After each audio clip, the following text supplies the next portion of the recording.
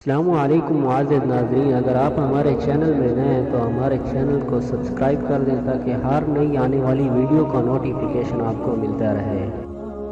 اللہ تعالیٰ نے ارشاد فرمایا، پس اگر وہ توبہ کریں اور نماز کو قائم کریں اور زکوٰۃ ادا کریں تو ان کا راستہ چھوڑ دو۔ حدیث یہ ہے کہ حضرت ابن عمر رضی اللہ تعالیٰ عنہ سے روایت ہے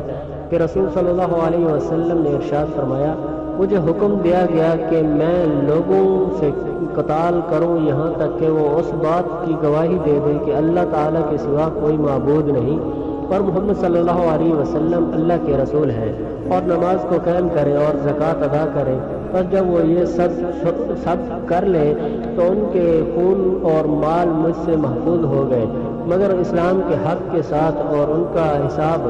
باطن اللہ تعالیٰ کے ذمہ ہے۔ دوسری حدیث یہ کہ حضرت ابو عبداللہ طارق بن اشین رضی اللہ تعالیٰ عنہ سے روایت ہے کہ میں نے رسول صلی اللہ علیہ وسلم کو فرماتے سنا، جس نے لا الہ الا اللہ کہا اور اللہ تعالیٰ کے سوا جن کی عبادت کی جاتی ہے ان کا انکار کیا، اس کا مال اور خون حرام ہو گیا اور اس کا حساب باطن اللہ تعالیٰ کے ذمہ ہے۔ ایک اور حدیث میں آتا ہے کہ حضرت ابو عبد مقداد بن اسود رضی اللہ تعالیٰ عنہ سے روایت ہے کہ میں نے رسول صلی اللہ علیہ وسلم سے عرض کیا، کیا حکم ہے اگر کسی کافر سے میرا مقابلہ ہو جائے اور ہم آپس میں لڑائی کریں، پس وہ وار سے میرے ایک ہاتھ کو کاٹ ڈالے، پھر مجھ سے درخت کے پناہ میں ہو جائے اور کہے میں اللہ تعالیٰ پر ایمان لایا کہ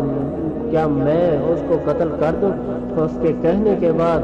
آپ صلی اللہ علیہ وسلم نے فرمایا، اس کو مت قتل کرو۔ میں نے کہا، یا رسول اللہ صلی اللہ علیہ وسلم، اس نے میرا ہاتھ کاٹ